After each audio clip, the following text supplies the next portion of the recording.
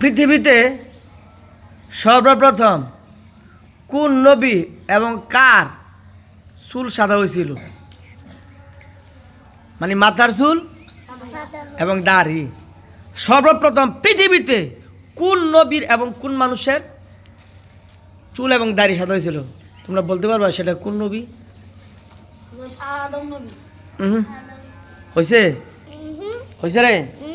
কোন নবী? কও দিই, একজন কও দিই, তাড়াতাড়ি, সময় কম। কোন নবী? তোমরা জানো না কেউ? কি ওরা কেউ জানো না? পৃথিবীতে সর্বপ্রথম চুল সাদা হয়েছিল হজরতে ইব্রাহিম আলাইহিস সালাতু ওয়াস সালাম। বলে সুবহানাল্লাহ। তাহলে আমরা আজকে কি জানলাম? পৃথিবীতে সর্বপ্রথম কোন নবীর চুল সাদা হয়েছিলেন?